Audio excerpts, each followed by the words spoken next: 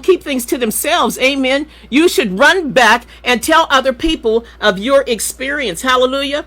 Amen. Amen. Hallelujah. That's my son. Bless my son. Pray for my son. Amen. My daughter as well. Hallelujah. So stop holding things in. You're afraid to tell this one. You're afraid to tell that one. Okay, this one got a big mouth and that one might repeat it. And people, that's fear. That's fear.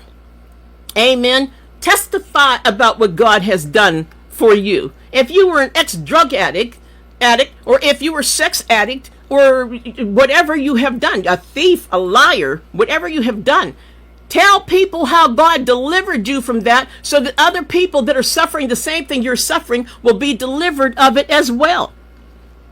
Amen. The 2 disciples rose up that same hour. They couldn't sit on what they saw. How many of us sit on what we've experienced with Jesus Christ and don't want to tell it? I've been going through something. I've been learning something that is deep. It's awesome. It's wonderful. The Bible, it's biblical. And I never knew this before. And so I've been watching this doctor. He is awesome. He's wonderful. He knows that word inside and out. And I learned something from him. So what I did was I watched it for nearly a year. I started watching him last year, and I started to practice what he was teaching and thinking and saying and praying when he was teaching. Amen. And things began to happen. Things began to shift. It is real. Amen. Testify to other people what you're going through. So I listened to him for a while. And I began to experience unusual things, which I knew had to be God. So what I did was the other day, I decided to tell people. This guy, I have to say, is so good. I'm not putting him on a pedestal. When they're good, they're good. When Paul was good. Amen. St. Paul. Hallelujah. So I began to tell people. I really wanted to keep him to myself. He's that good.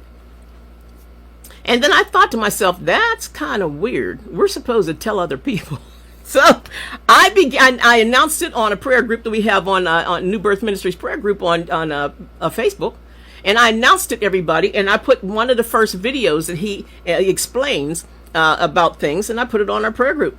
I have to tell people, you can't keep it to yourself.